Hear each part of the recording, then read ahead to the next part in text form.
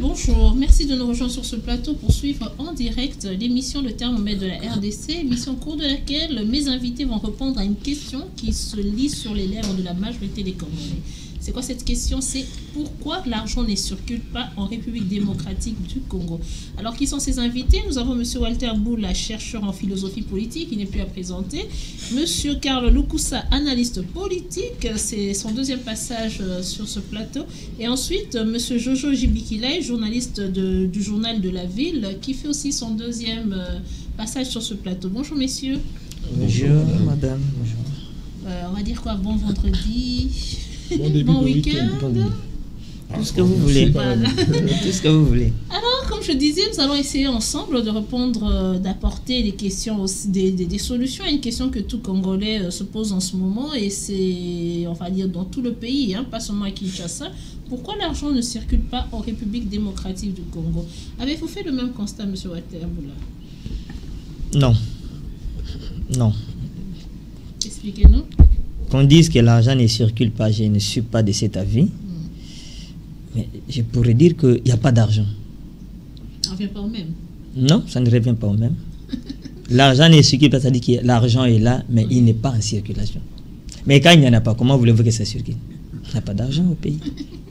Alors vous arrêtez là, monsieur Karl? J'aimerais ici tout de suite intervenir dans le sens, l'argent ne circule pas. Bon, écoutez, il faut d'abord une production pour que l'argent circule. Ah, oui. Il me rejoint. Et lorsque la nation est plongée dans ce noir absolu économique, sans production, sans entreprise nationale qui produisent et qui exportent, on aura toujours du mal à avoir cet argent.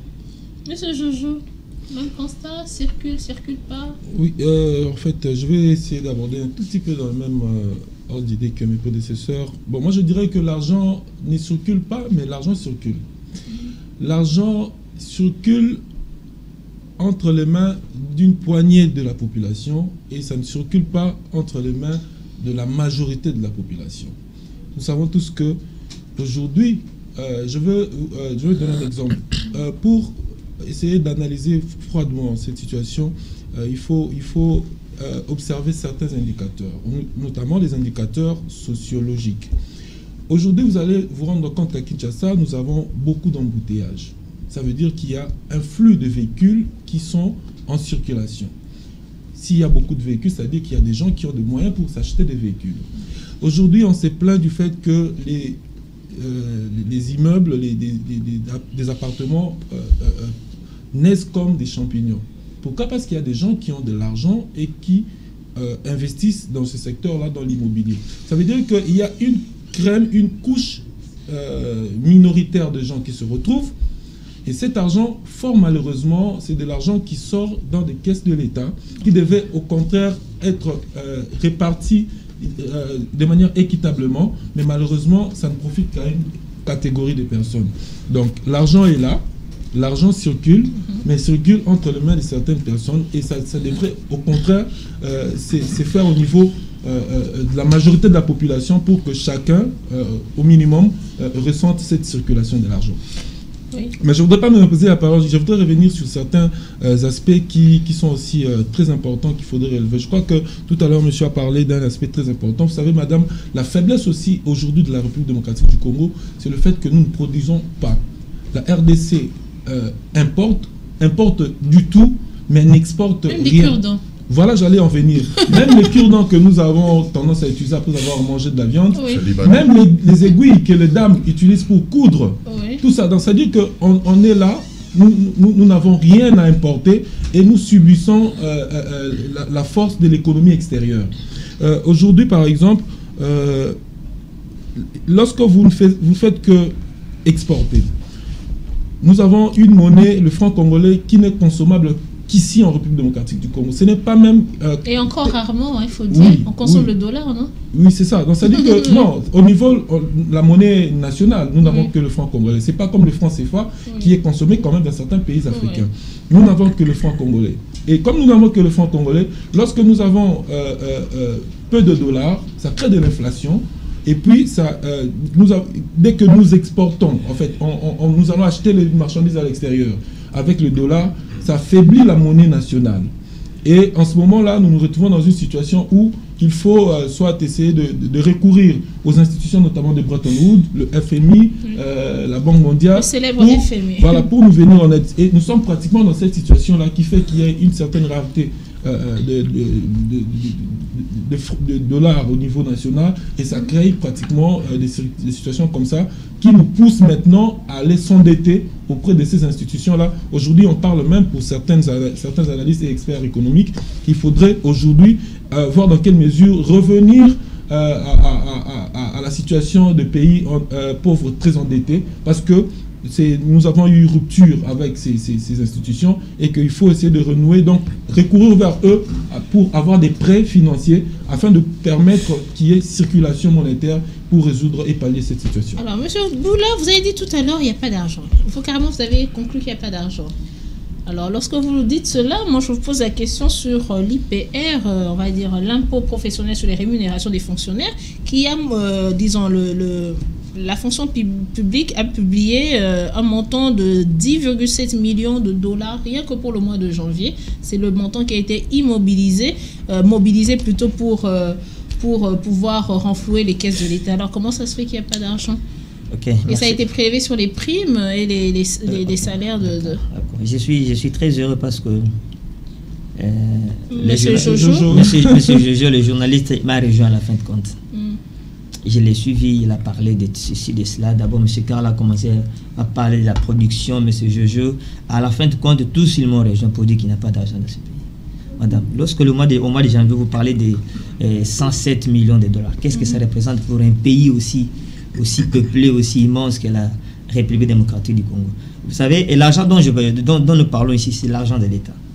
Parce que c'est l'État qui est le premier employeur du pays, c'est l'État qui est le premier investisseur du pays, c'est l'État qui est le grand patron. Nous ne sommes pas dans un système libéral à outrance. Ici, l'État joue encore un rôle très important. Alors, l'argent dont il est question, c'est l'argent de l'État. Est-ce que l'État a l'argent aujourd'hui? Vous savez, je ne suis pas économiste, je ne suis pas spécialiste en questions monétaires et financières. Mais par les petites informations que nous avons reçues au cours de notre parcours tant scolaire qu'académique, je sais que ces pays a frôlé la catastrophe en octobre 2019, où les réserves d'échange ne pouvaient tenir que pendant une semaine. Heureusement que le FMI, dont il est toujours question, est rapidement venu à la rescousse.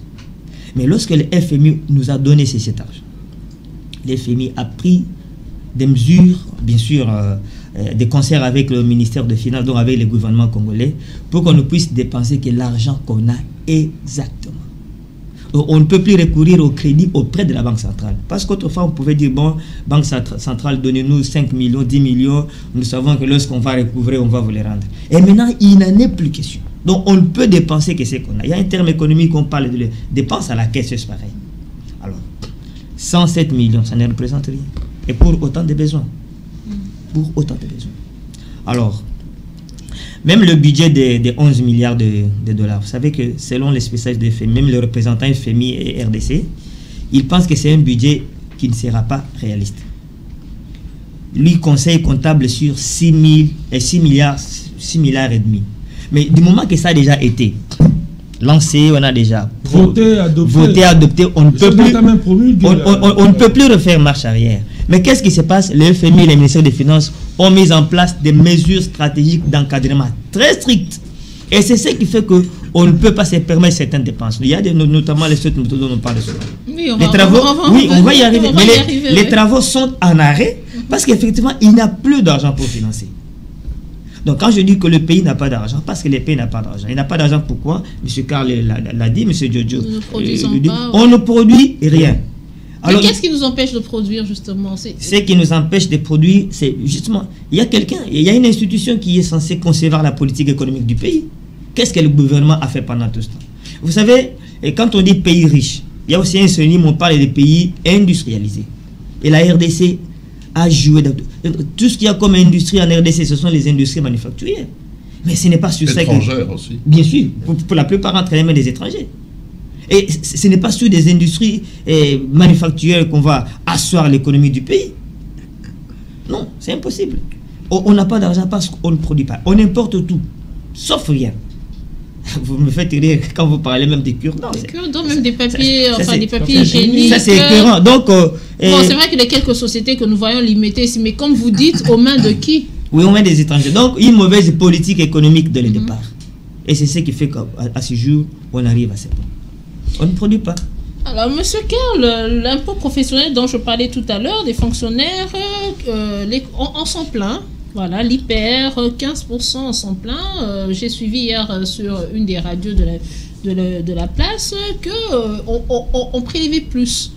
Alors, déjà pour un peuple qui se plaint de ne pas gagner plus, quand on prélève plus, qu'est-ce qui se passe? Pourquoi il y a cette opacité aussi tout autour de ce 15%? On ne sait pas. Madame, c'est d'abord déplorable que notre gouvernement soit entré dans cette démarche-là, dans ce sens-là. C'est très déplorable. 15% sur un salaire déjà minable, on se demande où va-t-on dans ce pays. Le SMIC congolais, par exemple, le salaire minimum interprofessionnel garanti, qui a 36 $ pour le mois, 430 $ l'année pour un individu. Vous imaginez ce que ça peut faire pour une famille de 5 ou de 2? C'est impossible. Donc il faudrait d'abord commencer par revoir notre assiette fiscale et les recettes dans les entreprises publiques, les recettes, la mobilisation des recettes. Il faut revoir tout ça. Est-ce que le travail est fait correctement? C'est la question qu'on se pose. Si, par exemple, M. Zolo Bambi, en son temps, a parlé de 15 milliards qui s'échappent du trésor public tous les ans, vous imaginez combien on pourra faire, comment on pourra faire pour, par exemple, augmenter le salaire minimum interprofessionnel? D'abord, pour commencer par ça, parce que c'est ça qui, en fait, qui gère les familles et les foyers. Si aujourd'hui, on déplore le fait qu'il n'y ait pas d'argent, mais attends, à qui la faute? À la faute au gouvernement, à la faute à la politique. Parce que la politique, malheureusement, dans notre pays, gère ou détient entre ses mains les affaires courantes en économie et dans les finances dans notre pays. Donc, sur le plan politique, déjà, nous sommes instables. On ne va pas attendre, évidemment, que l'économie soit fructueuse. Donc, il faut d'abord commencer par revoir les choses. J'ai toujours insisté sur le fait qu'il faut changer les acteurs politiques qui veulent vraiment le changement dans ce pays. Et je pense que l'économie suivra avec. Monsieur Jojo, est-ce que c'est de la mauvaise foi aussi quelque part aussi de réchigner après ce 15%? C'est peut-être parce qu'on n'a jamais eu, on va dire, nous n'avons pas cette culture de l'impôt. Oui, je crois que vous avez en partie raison parce qu'au Congo, effectivement, la population n'est pas habituée à cette culture de payer l'impôt et les taxes. Mais moi, je me dis pourquoi la population n'a pas cette culture, mais aussi la population se demande à quoi sert cet argent. On a vu récemment la ministre d'État en charge de fonction publique, Madame Yolande. Oui, se réjouir du fait que ce montant a été obtenu grâce à notamment à mobilisation et de l'IPR, voilà justement.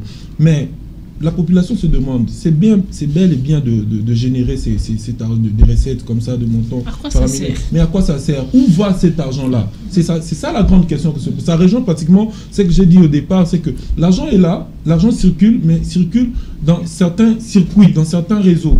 Donc, si seulement nos autorités, les décideurs étaient de bonne foi à pouvoir canaliser cet argent-là au bénéfice de la population. Vous vous rappelez, à une période, on a parlé de coulage de recettes. Oui. C'est effectivement la même situation. Donc, l'État arrive à générer des recettes, à générer de l'argent, à mobiliser beaucoup d'argent, mais malheureusement, la distribution ou la redistribution de cet argent-là ne se fait pas de manière équitable. Donc, on s'en plaint même pour les automobilistes avec toutes ces taxes. Exactement. Toujours en rapport avec ces situations d'IPR, je m'inquiète beaucoup et je me demande pourquoi ça s'est fait. C'est une situation qui existe, c'est réglementé, oui. Mais ça s'est fait dans la précipitation parce que on entendrait dire qu'il fallait d'abord attendre qu'une loi soit préalablement fixée au niveau de l'Assemblée nationale. Je crois qu'il y a une loi d'ailleurs en gestation en rapport avec cette situation. À l'Assemblée nationale, on devait attendre la rentrée de la session ordinaire de mars à l'Assemblée nationale et au Sénat pour adopter une nouvelle loi qui va essayer de réglementer, de fixer fixer les gens par rapport à ça. Parce que il y a ceux-là dont on retient les 15% qui ne correspondent pas ou qui ne font pas partie des critères. J'ai un ami, par exemple, qui est chef de travaux, il me dit, logiquement, selon la loi, on devrait lui retenir 3%. Et d'autres même qui disent qu'on devrait le retenir 1%. Et je crois que vous êtes très bien informés. Il y a notamment les professeurs d'université de la Pikine qui font déjà des menaces, des menaces de gréver, parce qu'ils se disent pourquoi on doit retenir 15% sur leur salaire. C'est quand même trop. On a parlé même d'une maman qui balayait à l'Unikine, qui gagne 200 000 francs, mais lorsqu'on retient 15% dans son salaire... C'est pratiquement tout le salaire que vous prenez. Oui. Donc, je ne sais pas, on doit essayer de catégoriser, voir qui sont les personnes qui sont concernées pour qu'on retienne 15% de leur salaire et qui sont les personnes qui doivent être exemptées ou peut-être qui ne doivent pas être touchées par les 15% de leur salaire. Donc, je crois que c'est une situation très compliquée et complexe qui vient inutilement créer des frustrations au niveau de la population. Exact. Bien, merci. Madame, je pense que nous sommes ici sur ce plateau, nous sommes suivis par des millions de Congolais qui nous suivent en direct. Il nous revient de dire des choses de la manière la plus exacte qui soit. D'abord, si on peut rectifier ce que j'ai entendu autour de ce plateau, le 15% ne sont pas taxés sur les salaires. C'est taxé sur la prime. C'est pas sur les salaires, c'est sur la prime. Le salaire, c'est resté 3%. Ça, c'est de 1. De 2, M. Jojo a parlé d'une loi qui devait au préalable être votée, adoptée. Mais effectivement, cette loi existe depuis longtemps. Elle a déjà je dis que la loi existe. Oui, mais une loi peut exister, mais elle peut être amendée. Bon, de toute façon, comme vous reconnaissez que la loi existe. Dans les correspondances avec les ministères, on dit qu'on doit attendre une clarification au niveau de l'Assemblée nationale. Non. Même si ça ne peut pas être en termes de loi, mais une clarification parce qu'ils se sont rendus compte qu'ils sont dans une situation complexe, qui les dépasse. Alors il faudrait que les législateurs puissent trancher.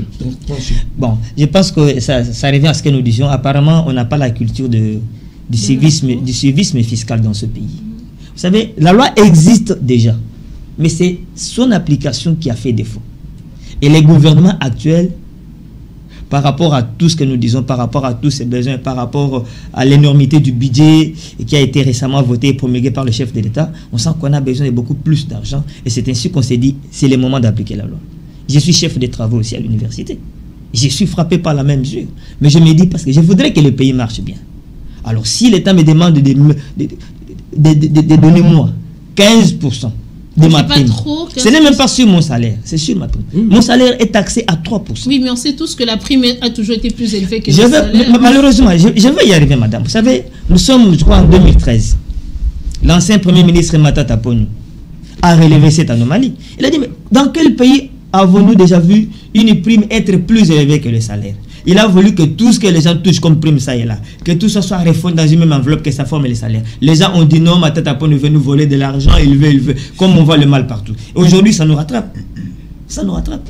Si cet argent-là avait été annexé tout simplement sur les salaires, il serait taxé à 3%. Et nous avons voulu que ça reste une prime. Acceptons que ça soit taxé sur 15%.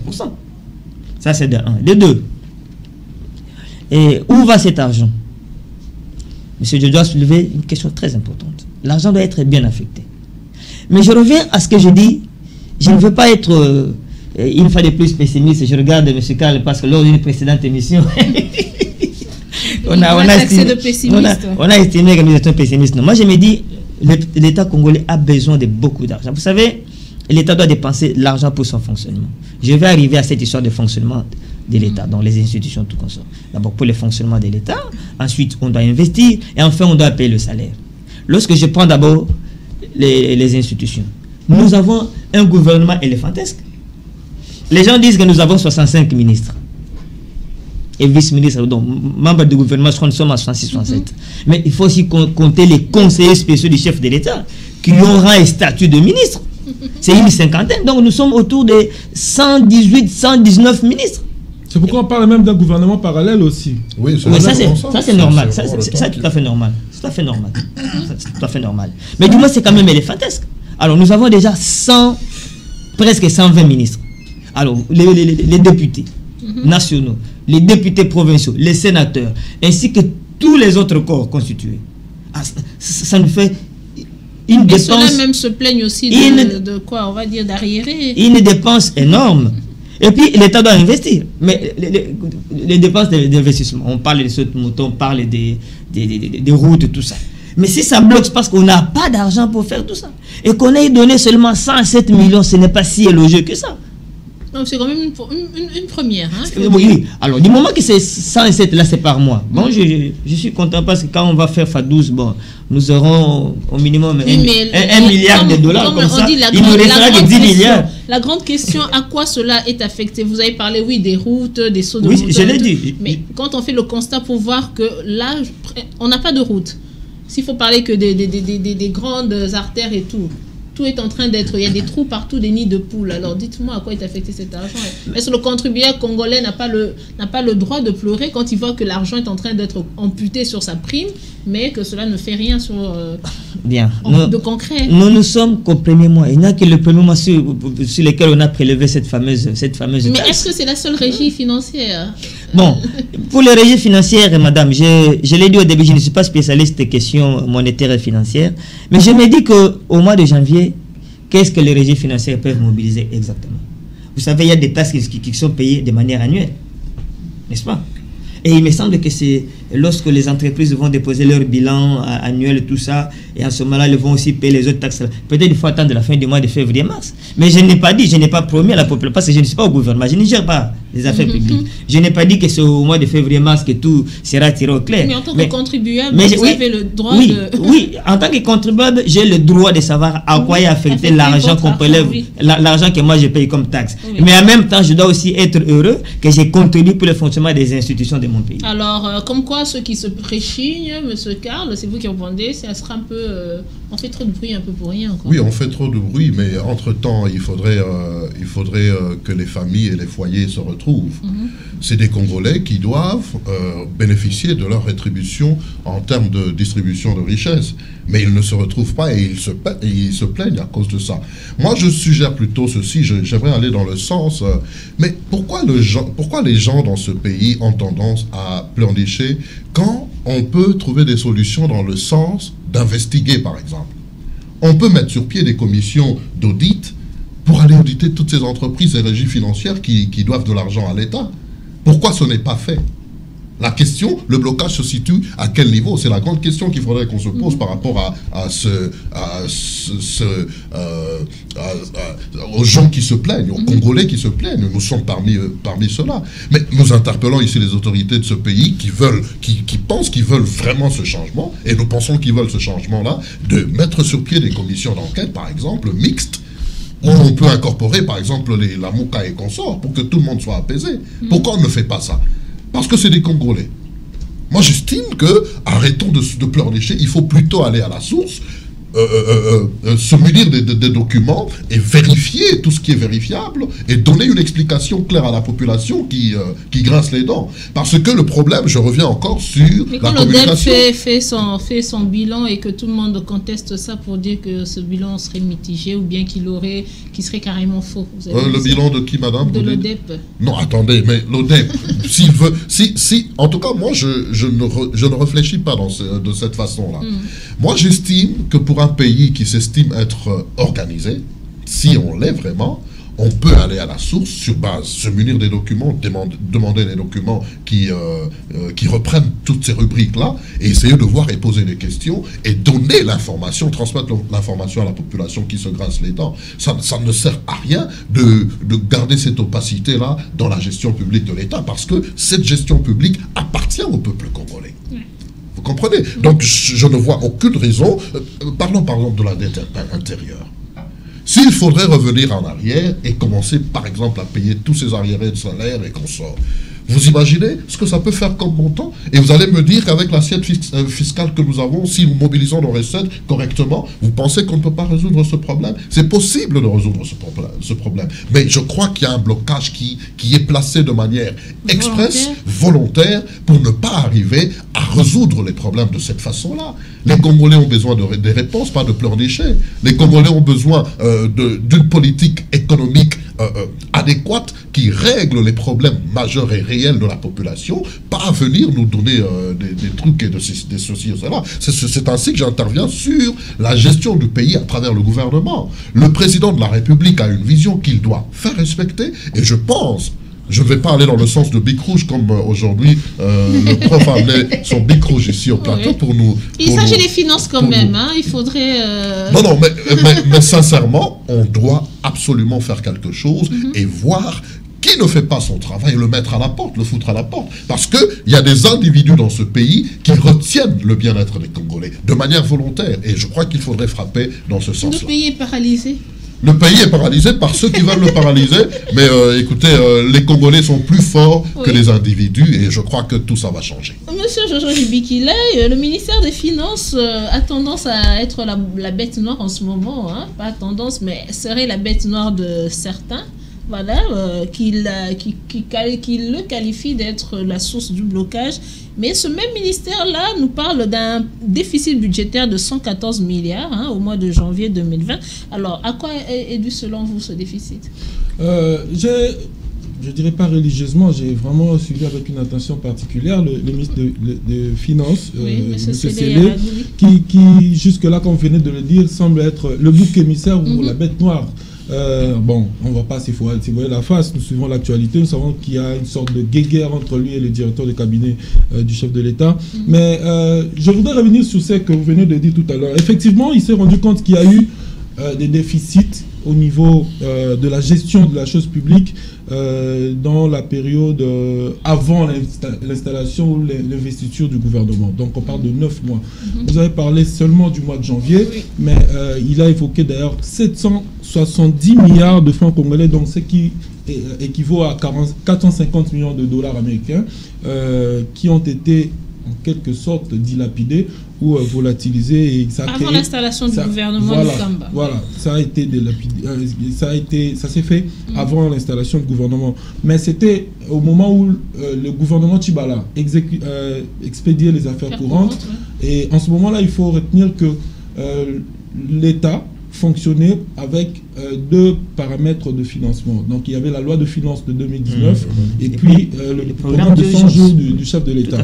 Et le programme de 100 jours qu'on attribue explicitement au directeur de cabinet du chef de l'État. Et c'est ce qui a créé beaucoup cette guéguerre. Voilà maintenant pourquoi le ministre des Finances a décrété une politique d'austérité. On lui condamne de pouvoir bloquer la machine, notamment avec la situation de saute-mouton. Il s'est expliqué sur RFI, il s'est expliqué sur des chaînes partenaires, notamment Top Congo, pour essayer de se défendre, parce qu'il était indexé. Il a dit notamment que pour le saute-mouton, lui, c'est un gestionnaire, il fait une évaluation de l'évolution des travaux. Il s'est fait malheureusement, il s'avère malheureusement que les entreprises commises à cette tâche ne présentent pas de factures. Voilà. Non seulement ça, lorsqu'on fait une évaluation de ce qu'ils devraient faire à partir de préfinancement qu'ils ont obtenu, on se rend compte que c'est en deçà même de la moyenne. Exactement. Donc voilà pourquoi il ne peut pas décaisser de l'argent comme ça quand il se rend compte déjà que l'évolution des travaux... Un digne fils de son père, on dirait. Exactement. Voilà, il est de l'école Matata Pogno, on lui attribue l'homme de la rigueur. Mais moi je voudrais également voir ça sous un autre. C'est vrai qu'aujourd'hui l'émission est un peu purement économique ou financière. On va la politiser, ne vous inquiétez pas, on va la politiser. Moi je voudrais voir ça. Ça nous manque beaucoup. Je voudrais voir ça d'un œil politique. Oui. Nous savons tous que le ministre des Finances est d'une certaine obédience. On a dit qu'il est de l'école Matata Pogno, on comprend qu'il est du FCC. Moi, je ne suis pas politique, je suis journaliste, mais je fais des analyses. Oui. Le chef de l'État, déjà lui-même, s'est plaint, on en a parlé récemment à Londres, si le premier de Congolais se plaint au niveau, pas même national, mais international, pour dire que, parce que le chef de l'État, on suppose que c'est la personne qui doit être la mieux informée de tout le Congolais. Il s'est rendu compte qu'il y a certains membres de son gouvernement qui subissent de pression et qui vont dans le sens à ne pas faciliter ces actions ou la matérialisation de ces actions. On comprend par là qu'il y a déjà au niveau interne de gens qui sont en kamikaze pour essayer de bloquer la machine du développement.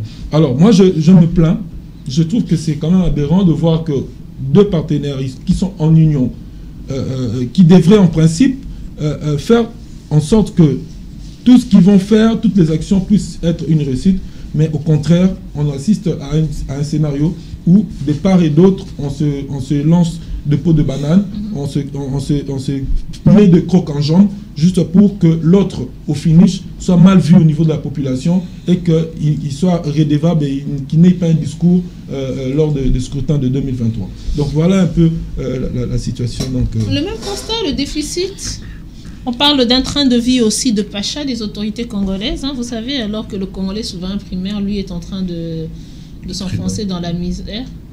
Hier encore sur la radio Top Congo, j'entendais un monsieur se plaindre de voir les véhicules de la présidence avec plaque PR à la sortie des écoles des élèves, ou bien c'est le chauffeur qui vient, qui dépose l'enfant et qui reste là jusqu'à la sortie. Vous voyez, il y a aussi ces choses comme ça que l'on décrit un peu. Une voiture de service devant une école. Bon, quand on décrit cela, ce n'est qu'un incident de parcours pour moi. Je pense que c'est pas ça. Vraiment? Oui, ce n'est pas ça l'essentiel. L'essentiel, madame, nous sommes en train de parler de questions très cruciales. Et la Bible dit tous les travaux de l'homme, c'est pour son ventre. Et je me dis, si le ventre n'est pas pris correctement en charge, bon, tout s'effondre. Hein? Et à tout à l'heure, en entendant parler mon ami Jojo, vous souffrez que je vous appelle mon ami parce que vous avez abordé dans le même sens que ça, M. Carl. Vous avez entendu, comme si nos cerveaux étaient synchronisés. Parce que ça me rappelle l'émission de la fois passée qu'on a eu avec M. Carl. Et à tout à l'heure, là, quelqu'un a évoqué une question relative aux commissions d'enquête. Je crois que c'est M. Carl. Je me dis, mais... il ne faut pas y rêver trop, hein, il faut pas y rêver trop. Pourquoi pas? Je vais répondre. Oui, je vais répondre.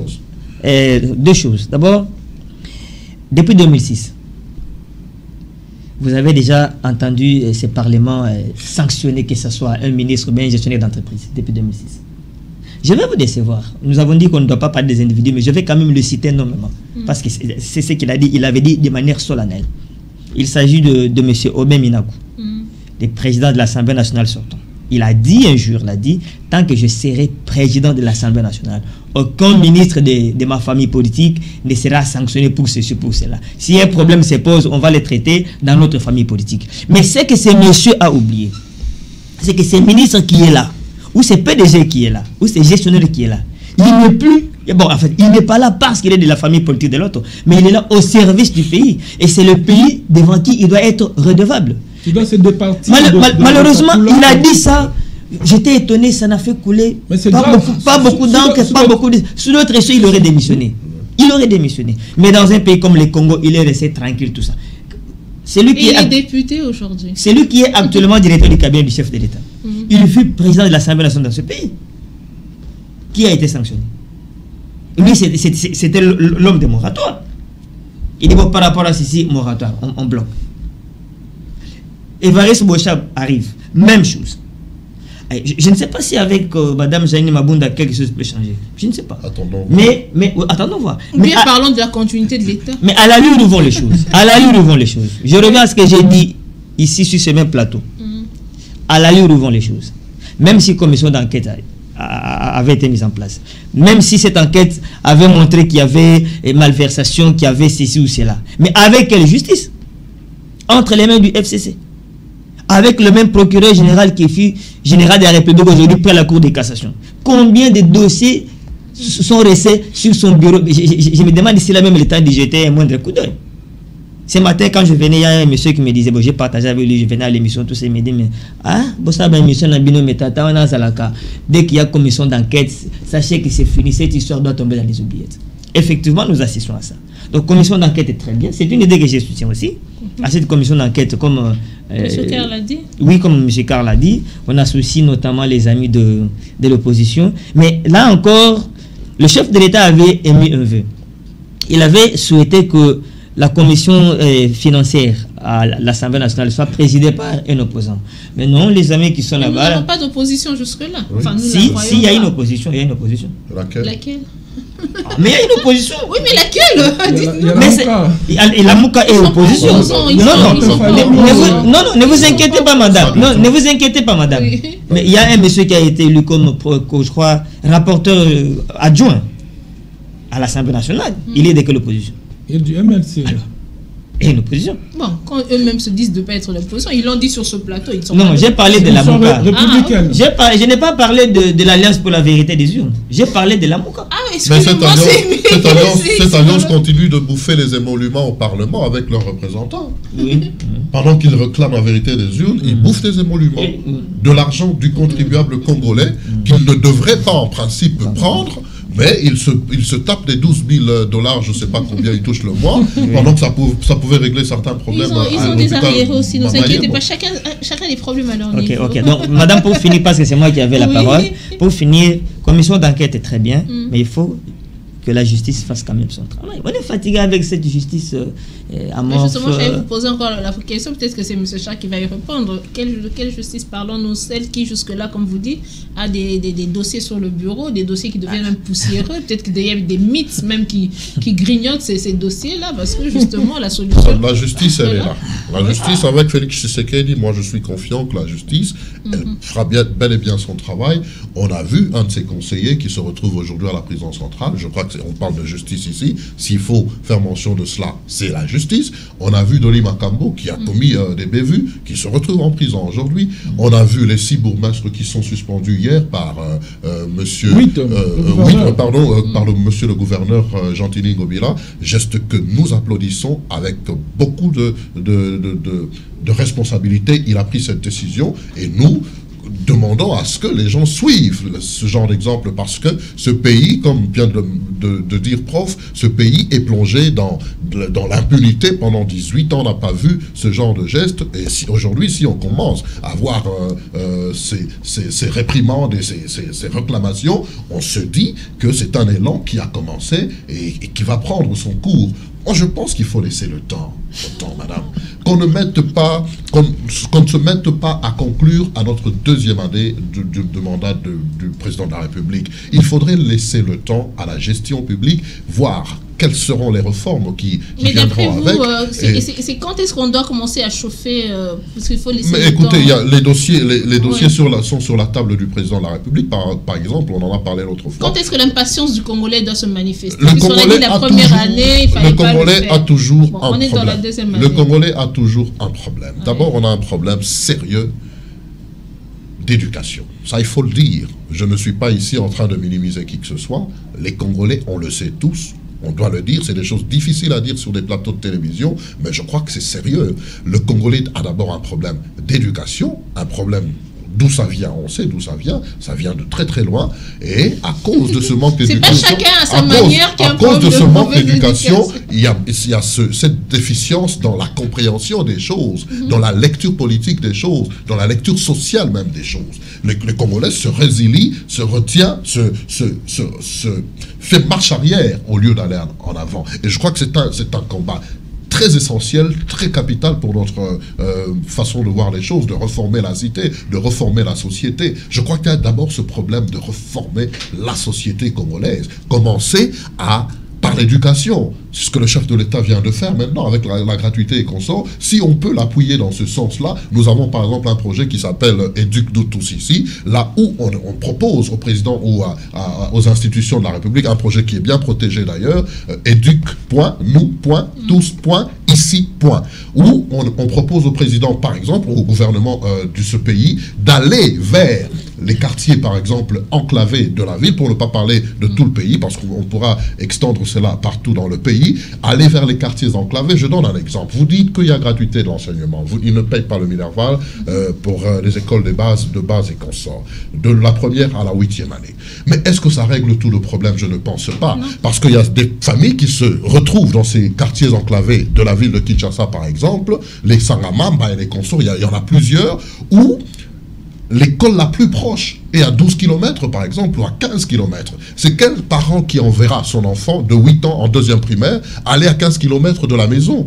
Et la maman se fatiguera parce que certainement, c'est le scénario que nous avons partout, ici et là, dans ce genre de quartier. C'est d'abord des quartiers à majorité pauvre. Quelle est cette mère qui accompagnera avec un enfant au dos sans compter que cet enfant, avant d'aller à l'école, doit puiser d'abord de l'eau. Cet enfant doit franchir des obstacles comme traverser des routes. Cet enfant doit traverser des ruisseaux, des rigoles ou des rivières dans ce genre d'environnement. Et il y a le Koulouna qui existe, insécurité et consort. Vous allez envoyer cet enfant à cause de la gratuité à 15 km, ce n'est pas un parent qui réfléchit qui le fera. Alors, dans ce projet Éduque-nous tous ici, on propose d'amener l'éducation dans ces quartiers reculés de la capitale ou du pays. Là, il faut construire des écoles. Il faut que on peut utiliser des préfabriqués. Il y a des terrains, par exemple, de football et consorts dans ces quartiers-là. On peut mettre des préfabriqués, comme on vient de le faire, le président vient de le faire tout à l'heure avec dans les camps militaires et consorts, des écoles préfabriquées qu'on amène vers eux. On n'obligera pas aux enfants de mettre des uniformes. On leur apporte des matériels didactiques. On a cette année déjà eu 22 000 enfants qui ont rejoint les non scolarisés, les déscolarisés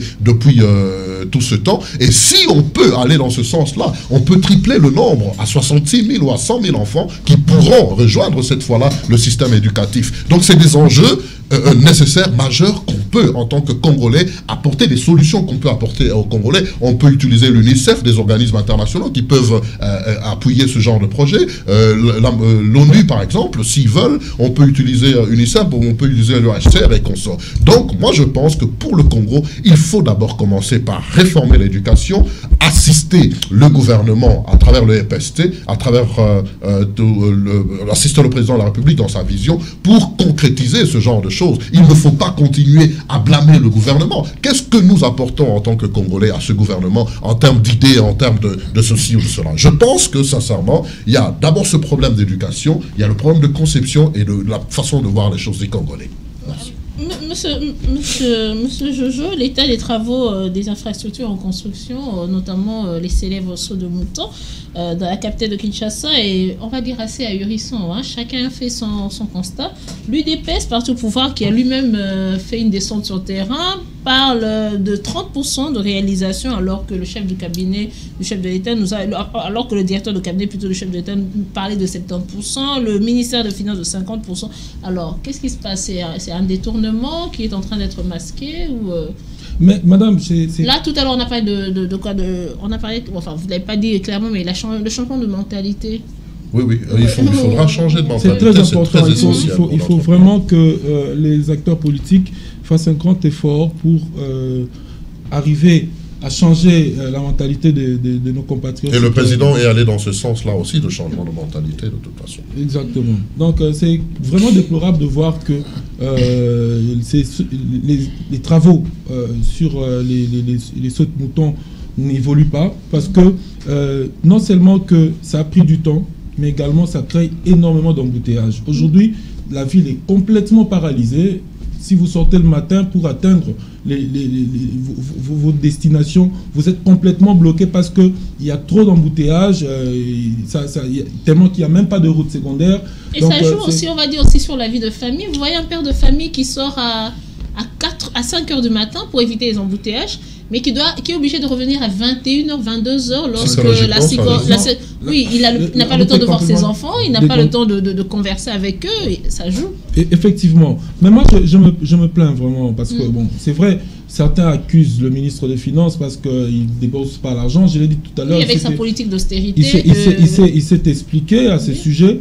Mais pourquoi les travaux n'avancent pas? C'est ça la grande question. On nous avait promis que déjà, d'ici la fin de l'année précédente, c'était notre cadeau de effectivement, Noël. celui de pompage. Bon, on attend le DIRCAP du chef de l'État qui est passé sur Top Congo pour dire que si les 30, ces sauts de moutons n'étaient pas inauguré, il va qu'on l'appelle, on va voir qu'est-ce qu'il va nous dire. Vous avez vu la vidéo, vous avez vu le mixage avec lui de Funès qui circule aussi sur les réseaux sociaux, donc vous voyez que quelque part. il ment, j'ai vu ça effectivement. Oui. Donc c'est vraiment déplorable. Mais bon, j'ai vu également hier les quelques dirigeants du parti présidentiel du UDPS qui sont descendus sur le terrain. Mais moi, je ne voudrais pas qu'on en fasse quand même une sorte de récupération politique.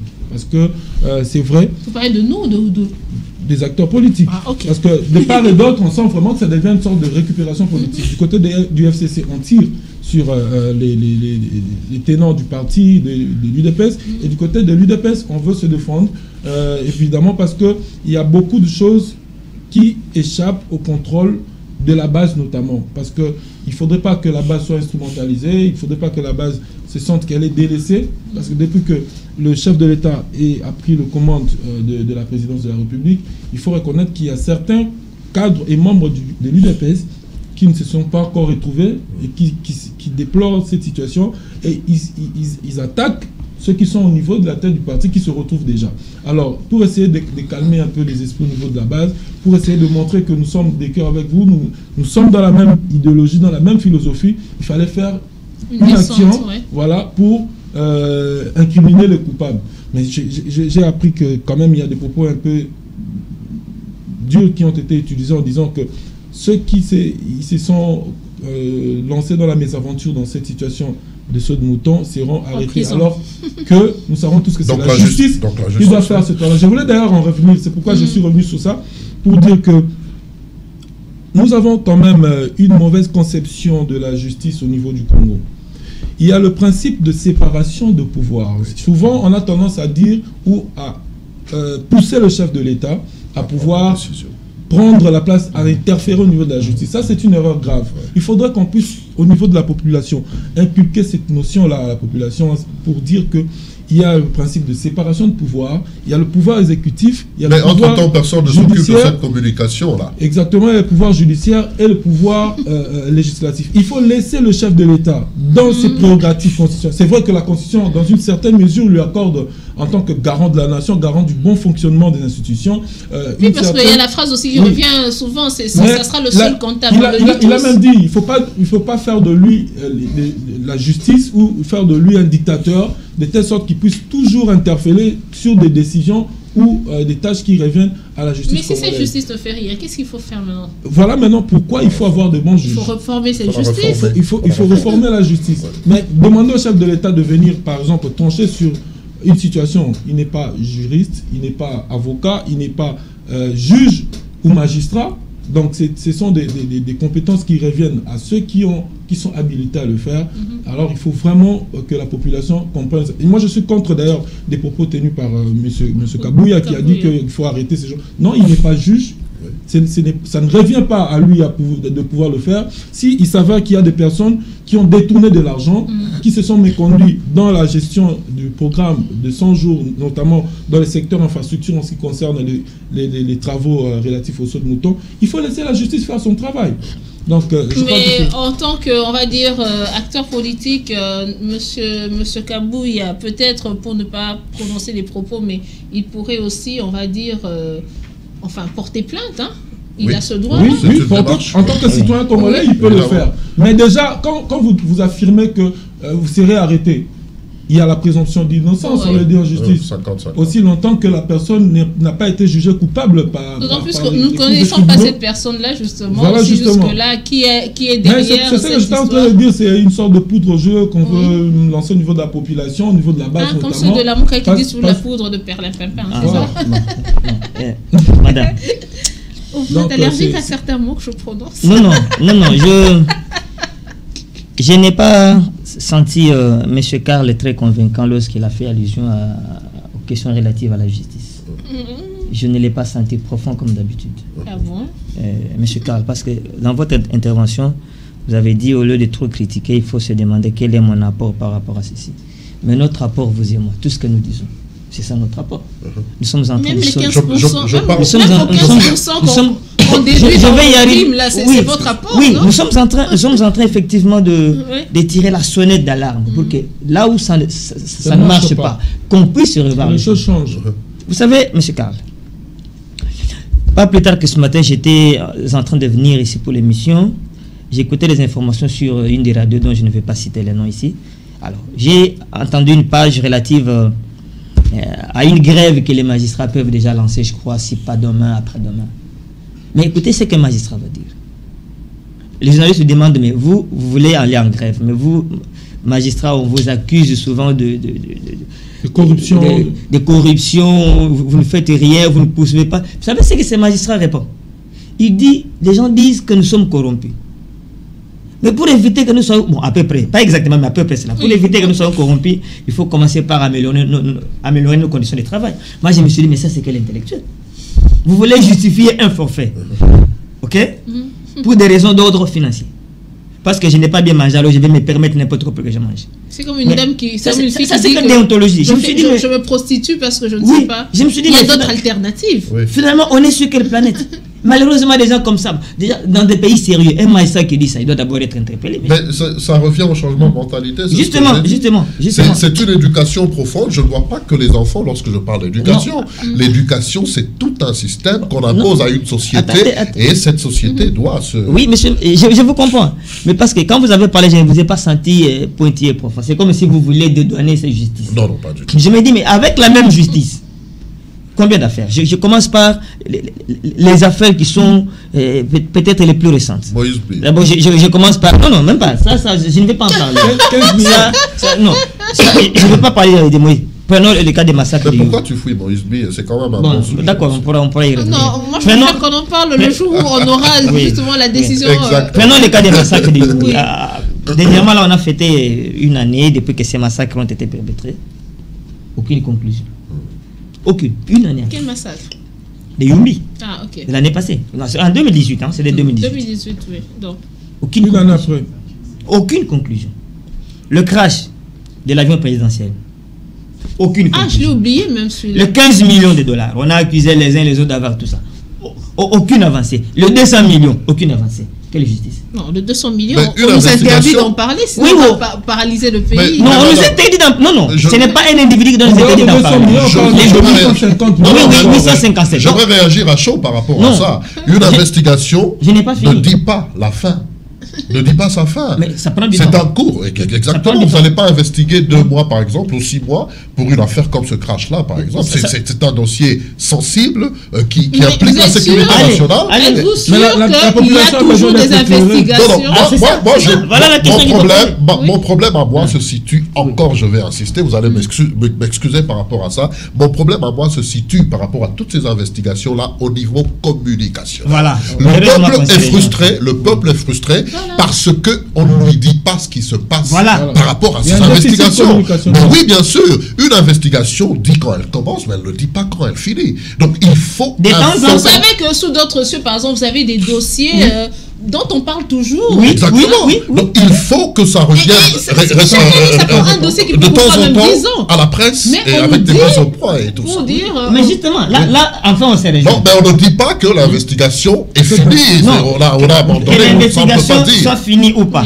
Mais de temps en temps, il faut qu'on communique. Par rapport à telle affaire, nous sommes à tel niveau. On a constaté ceci. Mais il y a des choses qu'on ne peut pas encore vous dire. Attendez que ça continue. Mais du moment qu'on ne dit rien, alors nous, opinion, nous allons dire quoi? C'est comme si...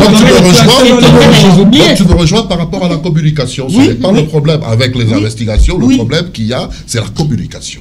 Voilà. Maintenant, par rapport à... En tant que communicateur, permettez-moi quand même de me défendre. Si vous allez vers les sources qui doivent vous donner l'information et qu'ils ne vous donnent pas, vous n'avez rien à dire. Sinon, vous risquez de tomber dans les spéculations. La justice ne vous dit pas tout. Vous êtes journaliste, vous savez ce que vous faites des informations qu'on vous file. La justice ne vous dit pas tout parce que, justement, il y a déformation de l'information dans les médias et qu'on sort. Donc, tout, pour des raisons d'investigation, elle se tait. Attendez. Il faut attendre le moment important. Dites-moi, parce qu'une fois, on m'a fait cette remarque-là par un monsieur qui travaille dans le même bâtiment pour nous dire qu'il ne croyait pas trop au travail que nous faisions, nous journalistes. Pourquoi? Parce que pour lui, le vrai journalisme, c'est l'investigation. Non, attendez. Sous d'autres cieux, oui, justement, il dit sous d'autres cieux, vous voyez des gens investir et trouver quoi. Nous sommes en Afrique, nous sommes au Congo. Non seulement, il y a aussi cette histoire.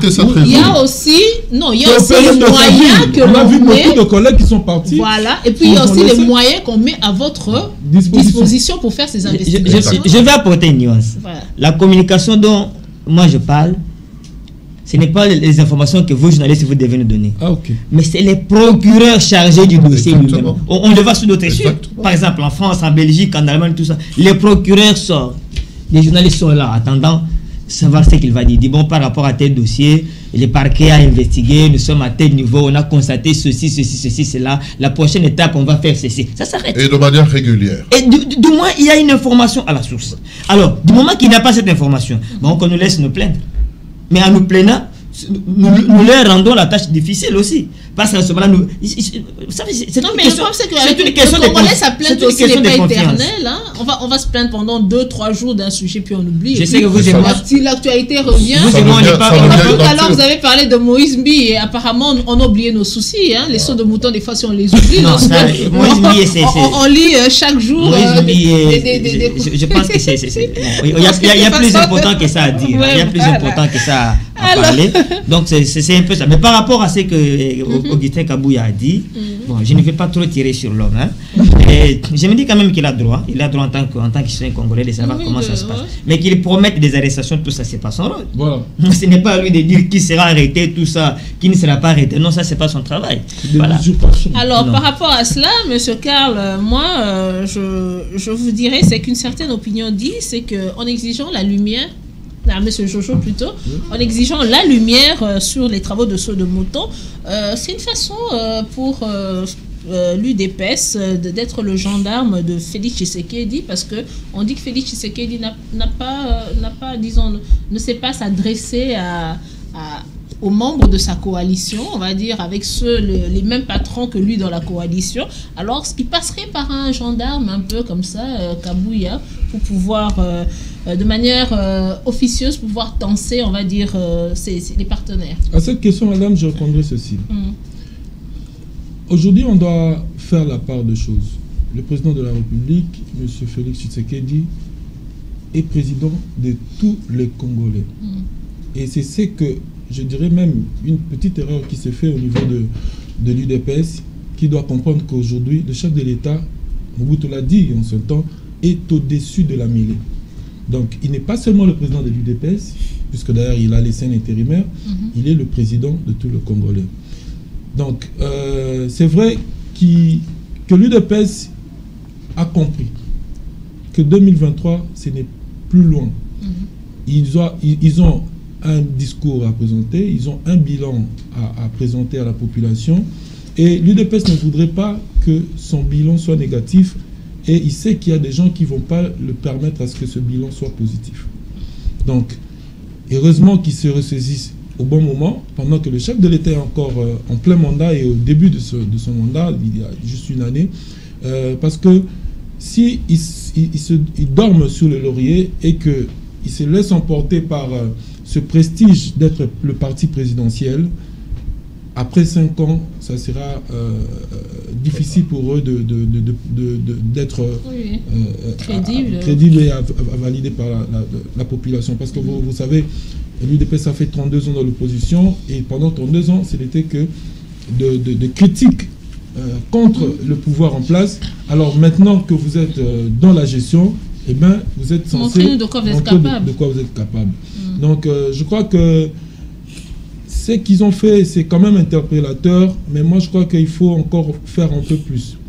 En faire un peu plus. Même, le 15 février, on nous a promis aussi. Oui, même dans l'entourage du chef de l'État, ceux qui occupent de postes de responsabilité à côté du chef de l'État et qui sont de l'UDPS doivent être interpellés pour que dans ce qu'ils ont comme les conseillers, par exemple. Bien sûr, on attend beaucoup de choses, hein, madame. Parce qu'on a beau parler du gouvernement, mais les conseillers, qu'est-ce qu'ils font, les conseillers du chef de l'État? C'est la grande question. Voilà. Je me tiens de réserve parce que il y a beaucoup... il y a beaucoup de commérages qui se racontent, mais on ne veut pas aussi se laisser emporter. Vous savez que vous êtes le seul qui se réserve dans cette émission, parce que les autres invités oui, parce que je suis aussi journaliste, vous savez. L'opportunité que nous avons, c'est d'avoir des amis à la fois de l'opposition et de la majorité, au FCC, au CACH, tout ça. Donc, on ne voudrait pas aussi frustrer les uns et les autres. Mais en tout cas, il se raconte beaucoup de choses. Je crois que si l'UDPS continue dans cette lancée-là, de pouvoir interpeller ceux qui ont une part de responsabilité, ça va permettre aux gens de pouvoir gérer avec beaucoup de lucidité et d'efficience. Monsieur Karl, Kabouya serait-il le gendarme dans ton social? Non, d'abord, pour recadrer les dans autres. le même ordre d'idée, dans cette même optique-là, je vais tout de suite dire ici par rapport à l'intervention de M. Kabouya, moi je pense qu'en tant que gendarme, il doit aussi mettre beaucoup d'eau dans son vin. Il n'a pas jusqu'ici tenu que des propos rassembleurs. Donc je crois qu'il faudrait aussi revoir aussi sa partie partisane qui excelle en bêtises, je le dirais. Et moi, fait peut-être la même chose moi, que je dirais plus. Non, attendez, je vais ici tout de suite dire, fustiger ce qui s'est passé, par exemple, qui a paru hier sur certains journaux par rapport à la réaction de M. Barnabé Kikaya, par exemple, et ça fâche. En tant que membre influent d'une partie, d'un parti politique, mais d'une autre partie d'une coalition, M. Kikaya ne peut pas jeter de l'huile au feu à la coalition. Ça embrase le pays. Je crois que c'est irresponsable de sa part. Quand on parle de crise, on ne veut pas qu'on parle de crise. Justement, on a l'impression maintenant que c'est une crise qui est formatée, qui est préparée à partir de quelque part, et on lui donne la signature et il accepte de faire une déclaration. Donc, vous voyez, donc, le peuple congolais n'a pas besoin de ça. C'est tellement irresponsable de la part de M. Barnabé Kikaya de faire une telle déclaration. Il a complètement mis à jour des choses qui ne sont pas vraies. Dire ce qu'il a dit par rapport au président de la République, on n'est pas dupe, on comprend que c'est une main noire derrière et on lui a donné la signature pour faire ce genre de déclaration. C'est pour ça que je dis, chacun utilise son gendarme pour cogner sur l'autre. Mais pour revenir à ce que je disais tout à l'heure, la signature, le problème qui se pose pour l'instant par rapport à ces travaux d'urgence, ce saut de mouton et consort, je vais d'ailleurs revenir sur ce que j'avais dit la fois passée, il fallait d'abord, par rapport à la communication du chef de l'État, ne pas mettre la rubrique 100 jours. C'était la plus grosse erreur de son mandat. La première, je dirais même. Il fallait se limiter à travaux d'urgence, par exemple. Là, on ne donnerait pas le délai des travaux et le peuple congolais ne serait pas frustré aujourd'hui. Parce que si, comme on a donné un délai de 100 jours et que largement on a dépassé ce délai, c'est tout à fait normal de voir la frustration parmi le peuple. Excusez-moi, donne-moi une autre idée. Quand on, par exemple, est-ce que ça a été une bourde pour le président, par exemple, d'annoncer que le secrétaire d'État, Mike Pompeo, arriverait et qu'ensuite on apprend qu'il n'arrive pas? Mais justement, c'est déficience en communication et je continue de décrier cela et j'en appelle encore une fois au chef de l'État de reformer son appareil de communication. Il le coule, cet appareil. Donc, pour revenir à ce que je disais par rapport aux travaux d'urgence, par exemple, moi je pense que le problème se situe, je crois que c'est une guerre des chiffres.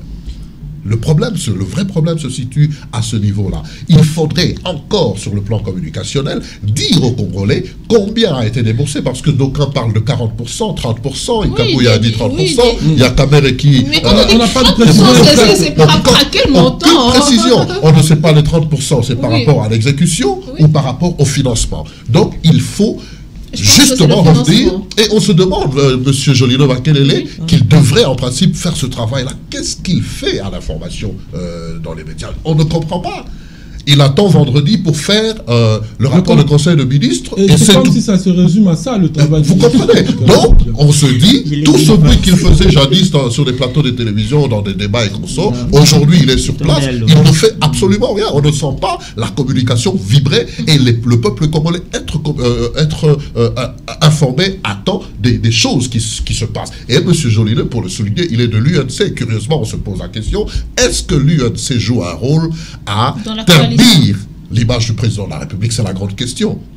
On craint que cela soit le cas, parce que dans le cadre de la coalition, s'il faut aller dans ce sens-là, s'il faut prouver ce que je suis en train de dire ici au conditionnel, ce serait vraiment la catastrophe, et pour la coalition, et pour la suite du pouvoir du président de la République. Alors, c'est bien que vous en parlez, parce qu'il y a un proverbe dans ma langue qui dit ceux qui mangent l'haricot se trouvent dans l'haricot. Monsieur Walter, oui, je connais. Le chef de l'État serait-il victime d'une machination interne afin de saper son mandat?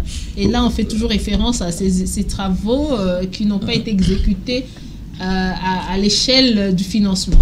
Bon, je vais apporter une nuance. Je pense que c'est aussi, comme toujours, nous les décrions, le problème du déficit communicationnel de la part du ministre porte-parole du gouvernement. Et j'ai suivi dernièrement les amis du BCECO qui ont été reçus, je crois, par une autorité de ce pays, qui ont dit, par exemple, par rapport aux travaux de ce que moi j'aime appeler les travaux d'urgence, pas moins de 85 écoles ont été réhabilitées et livrées, pas moins de 35, plus ou moins 35 centres médicaux ont été soit construites, soit réhabilités et livrés. Mais c'est quand même élogé en une année. Mais visibilité. Mais justement, non. Mais est-ce qu'on en parle? Non, il faut que le BCECO en parle. Mais pourquoi pas le gouvernement pouvait se saisir de cette occasion pour fixer le prix une fois pour toutes? Bon. Et nous, journalistes, nous sommes là avec nos caméras pour faire des reportages et montrer à la population dans toutes les langues même du pays. Est-ce qu'il y a des gens qui en veulent, en fait, qui veulent saper les efforts du chef de l'État pour qu'il ne réussisse pas son mandat? Je l'ai déjà dit ici, je ne veux pas y revenir. Je ne veux pas que M. Kall dise que je suis pessimiste. Nous ne parlons pas des ennemis. Vous aviez parlé du FCC, moi je ne vois pas que le FCC. C'est pour ça que je veux parler de... Le FCC, c'est pas tout le FCC. Je continue de soutenir que dans le FCC, il y a des gens responsables. Ceux qui mangent l'haricot et dans l'haricot. Oui, je pense, oui, peut-être d'une façon volontaire, peut-être d'une façon volontaire ou involontaire. Ça, c'est connu de tous. Mais je vais quand même dépasser ce niveau pour dire que la faiblesse de l'UDPS, j'allais dire l'une des faiblesses du président Félix Tshisekedi, c'est qu'il n'a pas réussi à transformer la majorité parlementaire en une majorité présidentielle. Malheureusement, il s'est contenté de ceux qui au Parlement là-bas, nous sommes en coalition avec l'FCC, mais il n'a pas réussi à transformer cette majorité parlementaire en une majorité présidentielle. Peut-être la question qu'on se pose, c'est comment on devrait y réfléchir, peut-être au cours d'une autre émission. La deuxième faiblesse de M. Félix Tshisekedi, elle n'est pas liée à la personne de Fathi. Elle est liée à la fonction présidentielle dont les contours ont été définis dans la Constitution de 2006 telle que modifiée à ce jour. Je vais vous raconter une chose. J'ai eu la grâce de voir en face le Sphinx de Limité, paix à son âme. C'était en 2006 parce que à l'occasion du référendum, on était en train de se demander pourquoi voter non, parce que l'UDPS avait appelé qu'on vote non à cette constitution. Avec un groupe d'amis, nous étions encore très jeunes.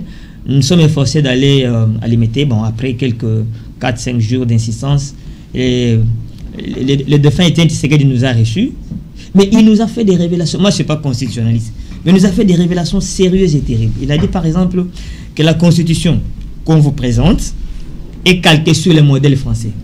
Mais la constitution française elle-même est confligène. Ça, c'est un terme sorti de sa bouche. Confligène. Il nous a donné l'exemple de De Gaulle qui avait en son temps dissous l'Assemblée nationale. Jacques Chirac l'a fait aussi. C'est une constitution, même on le voit, on les constate. Qu'est-ce que le chef de l'État peut faire de lui-même sans avoir consulté ici, sans avoir associé celui-ci ou celui-là? Donc il est limité. Kabila n'a pas eu ces difficultés parce qu'il avait sa majorité au Parlement.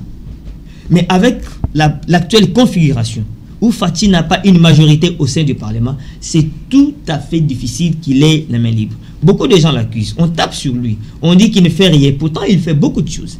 Malheureusement, il faut que nous puissions peut-être revenir avec des émissions beaucoup plus civiques, avec une éducation civique pour lire la Constitution, l'expliquer, même si on n'est pas constitutionnaliste, article par article, pour montrer à quel point, à quel niveau le président est lié dans ce qu'il fait.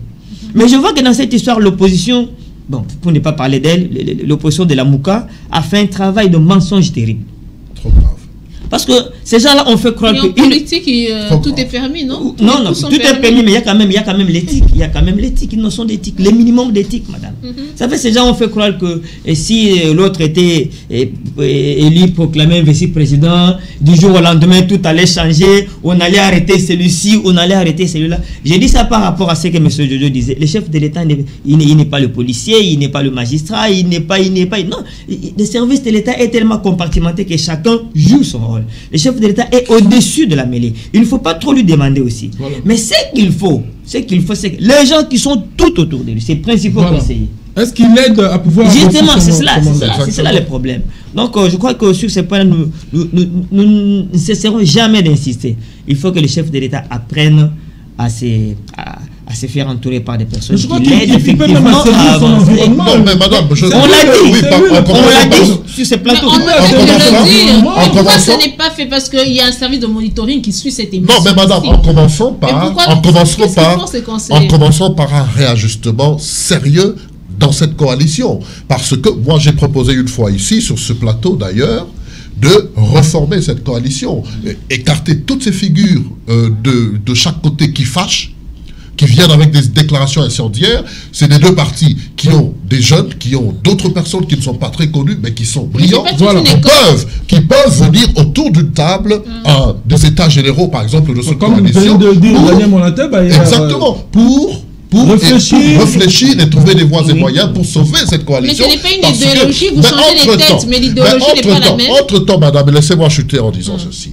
Lorsque nous réfléchissons de cette manière, en élite congolais, on remarque quelqu'un, je reviens sur lui, Barnabé Kikaya, qui dit, par exemple, qui dit par exemple, qui dit par exemple, je reviens, en tout cas, excusez-moi, aujourd'hui, je serai subjectif par rapport à lui, qui dit par exemple, il est dans cette coalition, il faut le souligner, mais qui dit que le président de la République, Tshisekedi actuel, n'aurait pas remporté les élections à l'Équateur, n'aurait pas remporté les élections dans le Katanga, n'aurait pas remporté les élections ici et là, et que d'où la conclusion, sur le même journal qui a paru hier, la conclusion qu'il n'aurait pas, selon lui, remporté les élections. Donc, que M. Fayoulou serait le président élu de ce pays. Donc, vous comprenez des gens comme ça, qui estiment être en coalition, qui viennent avec ce genre de propos dans les médias. Je me demande sincèrement si on aime ce pays. Je me demande sincèrement si des gens qui se disent kabylistes dans une coalition qu'ils veulent voir réussir, le veulent vraiment. C'est une grande question et c'est une question qui fait peur aux Congolais. On se demande si on a vraiment d'hommes d'État dans ce pays. On a des Congolais qui aiment, des politiciens qui aiment, des patriotes qui aiment ce pays. Et aujourd'hui, vous allez remarquer le silence de Lamuka. Lamuka laisse faire ses erreurs à dessein. Ils savent que vous allez tomber dans ce trou-là et finalement ils vont réclamer cette paternité. Et c'est malheureux. Leur absence sur mon plateau, parce que chaque fois on les appelle pour débattre. On les appelle pour des plateaux, pour des émissions, ils ne viennent plus, ils ont reçu un mot d'ordre. Donc, moi j'estime qu'il faut absolument revoir cette coalition, changer les acteurs. J'en appelle aux deux partis de revoir cela parce que ce n'est pas que le FCC. Il y a du côté de Cash aussi. Il y a beaucoup d'erreurs qui sont commises avec des déclarations partisanes d'Augustin Kabouya et même du vice-président de l'Assemblée nationale, Jean-Marc Kaboul, et de ceci et de cela. Vous voyez l'autre fils Moukoko qui passe pour dire ce qu'il veut et on les laisse faire. Je crois qu'ils ne sont pas en train... Qui s'est pris sérieusement à Kaboul tout récemment. Exact. Je crois qu'ils ne sont pas ici en train de faciliter la tâche au président de la République qui vient de leur parti. Au contraire, ils mettent des coques en jambes à ce dit fils du pays qui veut la réussite dans ce pays. Monsieur Jojo, nous sommes en train de dire, on va dire à longueur de journée, dans plusieurs émissions, nous fustigeons dans la rue, dans les taxis et tout, on fustige justement cette... on va dire, ceux qui entourent le président de la République, surtout la communication. Mais dans tout cela, nous savons que nous sommes écoutés. Hein. Il y a les services de renseignement qui nous écoutent, qui regardent nos émissions et tout. Et il y a sur la route, en tout cas, il faut dire que le message est déjà arrivé au président. On le dit même dans les réseaux sociaux. Alors pourquoi est-ce qu'il n'y a pas ce remaniement-là, justement, dans son cabinet, ça va venir. Pourquoi? Alors c'est un problème de leadership. Voilà. Non, il ne faut pas le dire ainsi ou le prendre sous cet angle-là, madame. Non, mais moi, j'essaie un tout petit peu de comprendre le chef de l'État. Vous savez, si vous êtes le président de la République, vous avez toute la nation entre vos mains, vous avez plusieurs dossiers, et c'est une fonction que moi j'estime qui est vraiment stressante. Alors, je pense que le président de la République, en étant chef comme tel, il connaît et il comprend la situation. Mais il ne faudrait pas aller aussi dans la précipitation. C'est-à-dire que lorsque vous êtes responsable... Ça, c'est l'excuse de nos jours, oui, hein, oui. De précipitation. Bon, il faut reconnaître qu'il n'en est qu'à une année. Et je pense, j'estime, à mon humble avis, qu'en cette période, en ce net moment, certainement qu'il est déjà en train de réfléchir pour voir qui est-ce qui peut changer. Je l'espère. Oui. Non, je l'espère.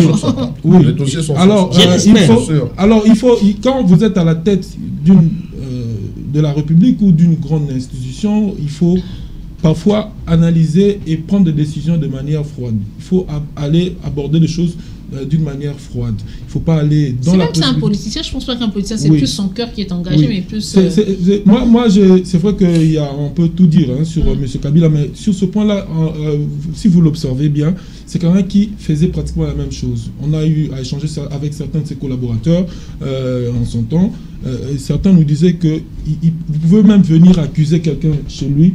qu'est-ce qu'il peut faire? Au contraire, au lieu de le sanctionner à l'instant, il se rapproche encore de lui, il fait confiance, il lui donne encore des fonctions pour s'assurer si effectivement cette personne-là est dans ce qu'on l'accuse. Donc je crois que lorsque vous êtes un chef, quelque part, il ne faut pas aussi aller dans la précipitation. C'est vrai, lorsque vous vous rendez compte qu'autour de vous, il y a ceux qui n'arrivent pas ou qui ne sont pas à la hauteur, mais s'il faut les changer, ce n'est pas directement du tac au tac, puisqu'il faut trouver aussi ceux qui seront les remplaçants valables, qui seront compétents. On va lancer des offres.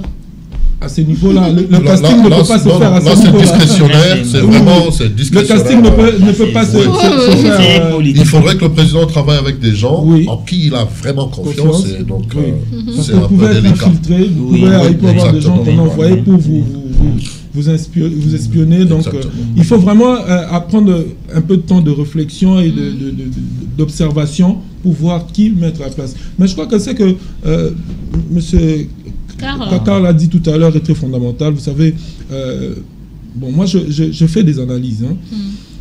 Déjà au niveau du cash, ce qui est sûr, c'est que le cash est partenaire.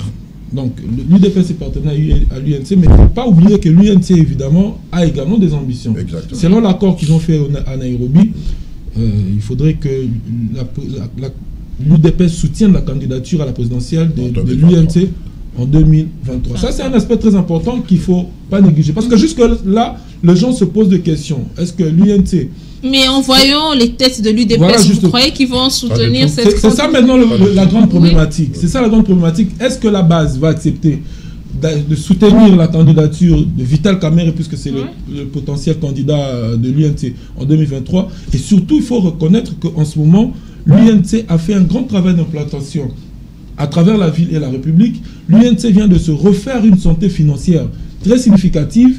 Alors, pour l'UNC 2023, ils doivent impérativement être candidats, parce que Kamerhe avait retiré sa candidature, ils doivent impérativement être candidats, puisqu'il a, comme on le qualifie, ça sera le faiseur du rang de Poutine et de...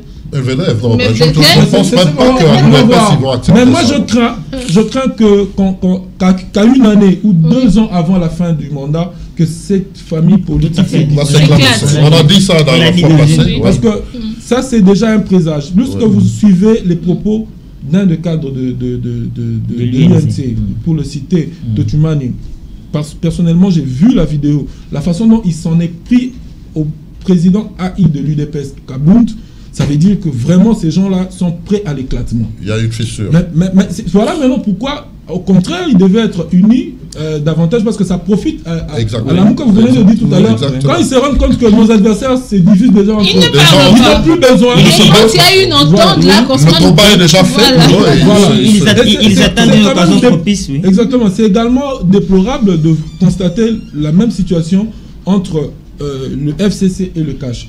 Aujourd'hui, nous utilisons les réseaux sociaux. Moi, je suis dans plus d'une centaine de groupes WhatsApp. Madame, je suis écœuré et surpris, souvent désagréablement d'ailleurs, de voir que certains cadres du FCC qui se plaisent complètement de voir que des actions du cash échouent. Exactement. Et ils sont même les premiers à les brandir.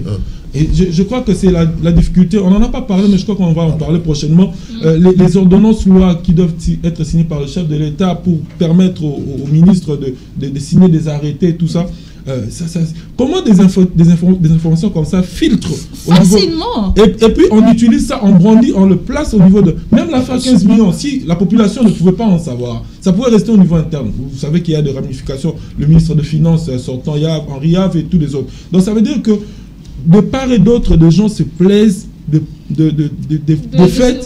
faiblesses, plutôt des lacunes des autres. Alors que lorsque vous êtes dans une union, c'est une sorte de mariage. On ne peut pas être dans un mariage et se disputer chaque jour.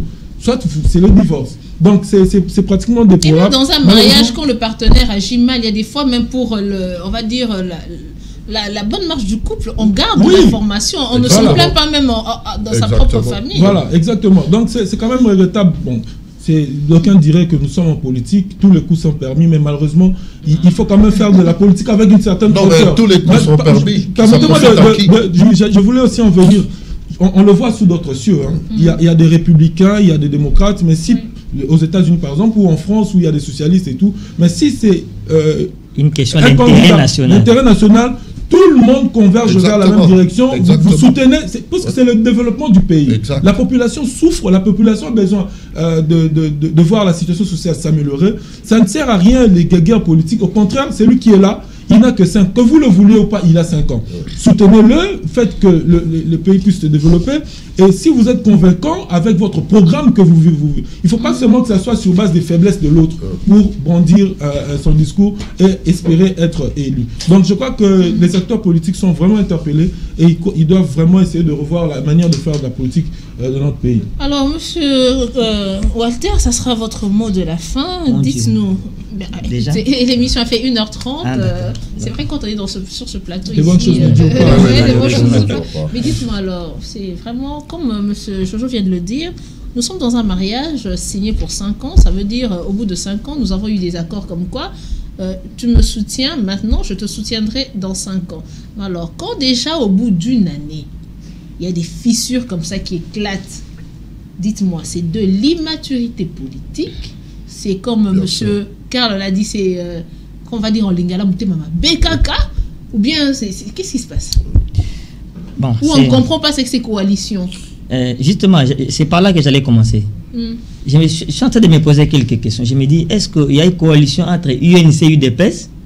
Ou bien c'est M. Vital Kamerhe et M. Félix Tshisekedi qui ont signé un partenariat? Première question. Apparemment, les bases aussi n'étaient pas d'accord. Première question. Deuxième question. On parle de la coalition FCC-Cash.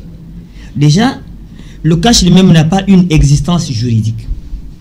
Jusqu'à preuve du contraire, le FCC non plus. Moi, je pense que là encore, il n'a pas, à proprement parler, il n'y a pas coalition FCC-Cash. C'est comme si Vital Kamerhe, Félix Tshisekedi et Joseph Kabila ont coalisé seulement en tant qu'individus et ils n'ont pas réussi à entraîner toutes leurs bases respectives. C'est ainsi que de temps en temps, il y a ces pamphlets qu'on se jette les uns sur les autres, il y a ces escarmouches, il y a ces écarts de langage, tout ça. Et c'est ce que j'ai dit en termes beaucoup plus succincts quand je disais que Félix Tshisekedi et l'UDPS n'ont pas réussi à transformer la majorité parlementaire en une majorité présidentielle. Parce que pour que ça devienne une majorité présidentielle au profit de Félix Tshisekedi, il faut d'abord que le cas se constitue en coalition, juridiquement en bonne et due forme. Qu'ils imposent de l'autre côté, que le FCC aussi fasse le même. Et enfin, que les deux grandes plateformes coalisent. En ce moment-là, ils auraient désigné des structures et des animateurs de ces structures de la coalition. Une coalition qui n'a ni président, ni porte-parole, c'est une coalition de façade. C'est une caricature de coalition. Et la grande difficulté vient de là. Je pense que les amis qui nous suivent, que ce soit les amis de l'UDPS, parce que apparemment les problèmes commencent là-bas. Il faut que les amis de l'UDPS commencent par accepter la proposition de l'UNC qui voulait qu'ils puissent effectivement changer le cash en une plateforme politique. Et que des deux, le président Félix Tshisekedi parle avec son allié de l'autre côté là, Joseph Kabila, qu'ils acceptent à ce qu'ils aient une coalition bonne et due forme, que les structures ainsi que les animateurs de ces structures soient connus et bien établis, avec des attributions propres et appropriées. Comme ça, on peut... Vous savez, nous avons besoin de paix. Hein. Tant que ces deux-là, je l'ai dit dans une précédente émission, tant que ces deux-là ne se seront pas mis d'accord, rien ne pourra marcher. Et à propos de Kika Bin Karoub, je ne vais pas y revenir. Mais je suis mathématicien. Votre mot de la fin. Hein, oui, je suis mathématicien et je peux constater qu'on ait gagné quelques circonscriptions ça et là ne veut pas forcément dire que vous avez gagné sur l'échelle nationale. Parce que lui, il s'est permis de donner les... Bon, même pas les scores. Il s'est permis de dire celui-là aurait gagné ici, ici, ici et là-bas. Mais qu'en est-il de son candidat? Non. Qu'en est-il d'abord de l'autre candidat, de Félix Tshisekedi? Où est-ce qu'il a gagné? Avec quel score? Son candidat, Chadari. Il faut qu'on le dise. Non, Chadari, c'est d'ailleurs en lieu place des dauphins, on avait même surnommé Fretin avant même que la chose n'avance. Donc c'est un peu ça. Alors bref, pour finir, je pense qu'il est temps. Il est temps que Félix Tshisekedi et Joseph Kabila puissent tirer, comme on dit chez nous à Lingala, les oreilles de leur lieutenant. Nous avons besoin de paix. Les petites prises de parole, les prises de bec, ça et là, tout ça, ça n'avance pas le pays. Nous avons besoin qu'on résolve les problèmes économiques, les problèmes sociaux de ces pays. On souffre. Le peuple souffre. Nous tous, nous souffrons. Si eux ne souffrent pas, nous souffrons. Alors, il est temps que le gouvernement puisse prendre des mesures économiques plus efficaces. Je n'ai pas voulu tirer à boulet rouge sur la ministre de l'économie parce qu'elle est dans mon viseur. Et pourtant, tu as compté ton bic rouge aujourd'hui. Prochainement, je crois que on pourra en parler. Donc, c'est un peu ce que nous voulons. Nous voulons des mesures économiques rapides et fortes. Pour que l'argent circule. Pour que l'argent... Bon. Vous avez politisé. D'abord pour qu'on... Ce thème alors qu'il était... pour qu'on produise d'abord, madame. Oui. Il faut d'abord qu'on produise pour que nous ayons l'argent. Alors, monsieur Karl, oui, comment mais produire? je sursaute tout de suite en disant la production. Oui, tout à l'heure, vous avez présenté un programme là, vous avez dit qu'il était bien ficelé déjà, éduquons-nous tous.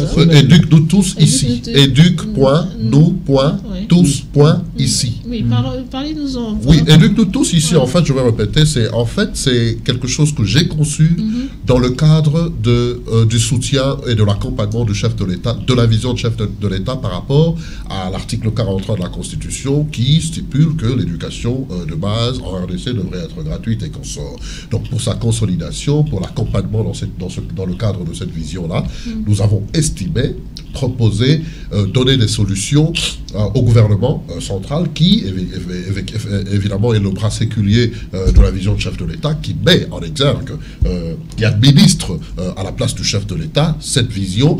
Nous avons décidé d'aller dans ce sens-là en communion, évidemment, en collaboration avec les PST et tous ces organismes internationaux qui voudront bien nous accompagner. On a le HCR, on a l'UNICEF, par exemple, dans le cadre des enfants. Ils sont plusieurs qui peuvent nous venir en aide dans ce sens-là pour amener les écoles vers ces enfants-là qui vivent dans des quartiers enclavés de la ville, du pays, qui ne peuvent pas aller à 12 km, à 15 km de chez eux, que les parents ont peur de relâcher pour aller dans ces endroits-là. Je crois que ce sera plus facile pour eux de les apporter cette école. J'appelle ça en d'autres termes école chez nous, avec des préfabriqués par exemple. C'est encore un autre marché, des préfabriqués qui peut apporter aussi du rendement à ceux qui nous entendent. Les maîtres des écoles sur des terrains de football, par exemple, dans des foyers sociaux, s'ils en ont, dans des églises, des cours d'église ou quoi, par rapport à cela. C'est censé interdire qu'on lotisse sur ces terrains-là. Exactement. Impulser justement cette éducation et la rendre beaucoup plus effective à travers le pays. Donc ces enfants-là n'auront plus peur d'aller à l'école parce que l'école c'est juste à côté.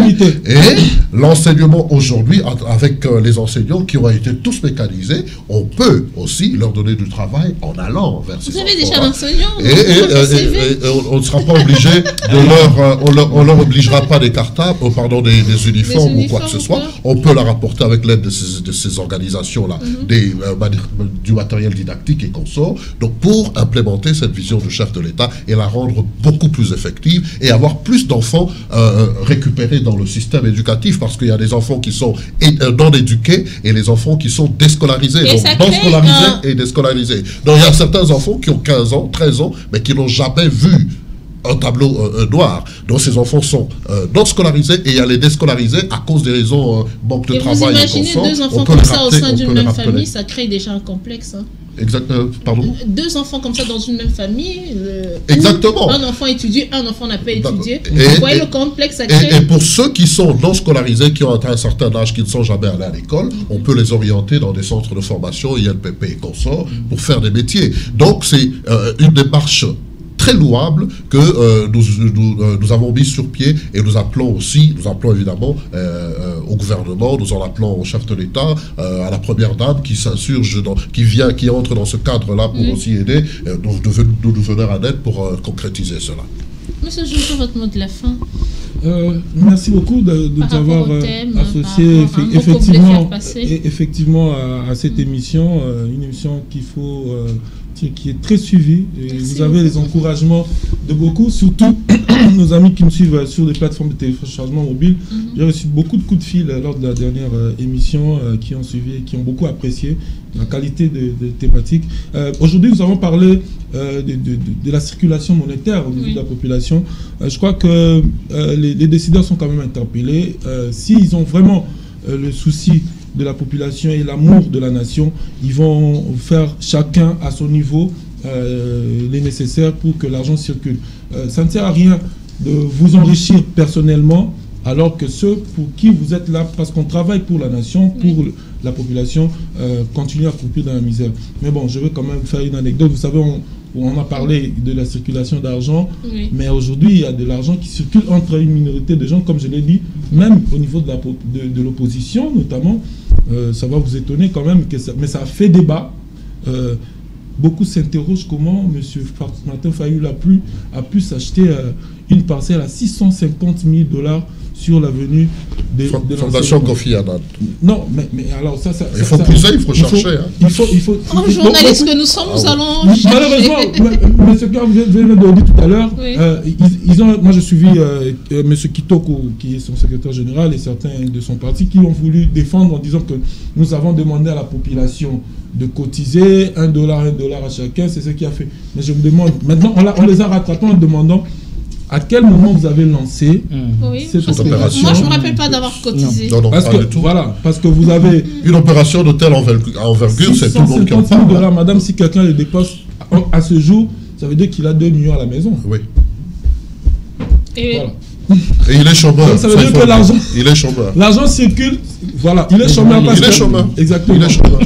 Donc l'argent circule dans certaines poches. Comme disent les Canadiens, dans des circuits fermés. Donc ça veut dire que c'est nous-mêmes qui faisons circuler cet argent. Et comme a dit M. Karl, et nous nous en plaignons. Quelqu'un qui est dans l'opposition. Si vous avez contribué $1, moi je me rappelle moi que ça soit déduit d'un de mes comptes. Et c'est là à votre insu. Oui, et là il faudrait que je vérifie avec soit la banque, soit avec les opérateurs et M-Pesa et autres. Voilà.